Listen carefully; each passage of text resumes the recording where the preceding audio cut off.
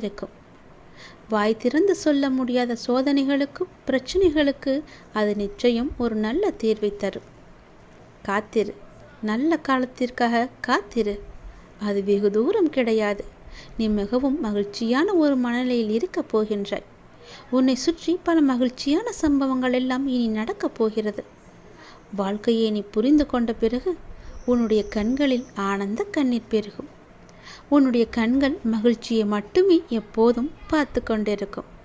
அந்த அனுபவத்தை நீ விரைவாகவே பெறப்போகின்றாய்.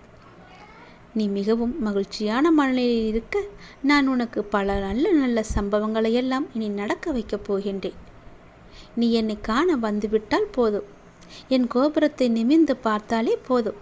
அந்த நிமிடமே உன் மனதில் உள்ள கவலை எல்லாம் மறந்து நம்பிக்கை உனக்கு துளிப்பிடும். பிறகு கருணை கடலாக நான் உன்னை